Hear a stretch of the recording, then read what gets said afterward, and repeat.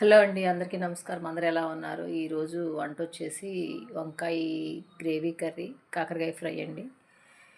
వాతావరణం అసలు బాలేదు గదా! చలిగా చల్లగా ఉంది. అసలు లేవబుద్ధి కావట్లేదు. అలానే పడుకుండిపోయాను. మా పిల్లల్ని కాలేజీకి పంపించేసి, తీరా చూస్తే టైం 12 అయిపోయింది. హడావిడిగా స్టార్ట్ చేశాను వంట.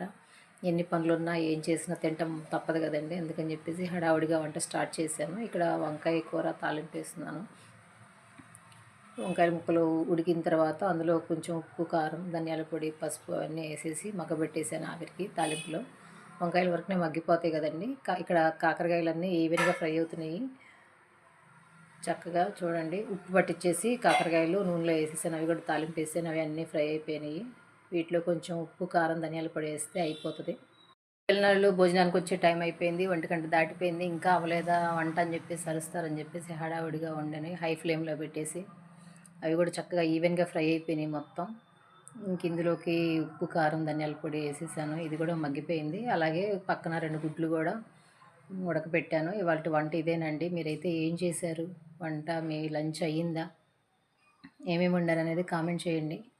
వ్యూస్ రావట్లేదండి. ప్లీజ్ సబ్స్క్రైబ్ చేసుకోండి. అలాగే లైక్ చేయండి. లైక్లు కూడా ఎక్కువ రావట్లేదు. వంకాయ కూర మగ్గిపోయింది. చలికాలంలో వర్షాలు పడితే చలి ఇంకా ఎక్కువగా ఉంటుంది కదండీ! ఉదయాన్నే మంచు అసలు బయటికి రాబుద్ది కావట్లేదు. ఇంట్లో ఉండే వాళ్ళకి మనకే ఇలా ఉంటే పాపం ఉదయాన్నే ఆఫీసులకి, స్కూళ్ళకి వెళ్ళే వాళ్ళ పరిస్థితి, పనులకి వెళ్ళే వాళ్ళ పరిస్థితి ఏంటో ఒకసారి ఆలోచించండి. తలుచుకుంటేనే కొంచెం బాధేస్తుంది, భయమేస్తుంది. ఇది అయిపోయిందండి. స్టవ్ ఆఫ్ చేసేసాను. ఇవాళ లేట్ అయిందని చెప్పేసి హడావిడిగా వండానండి. వంట అంతా ఎలా ఉన్నాయో తెలీదు. టేస్ట్ అయితే చూడాలి. ఉప్పులు, కారాలు సరిపోయినాయో సరిపోలేదో తెలీదు. హడావిడిగా గబగబా వండేసాను హై ఫ్లేమ్‌లో పెట్టి. అవి ఎలా ఉన్నాయో చూడాలి. ఇదేనండి ఇవాల్టి మా భోజనం.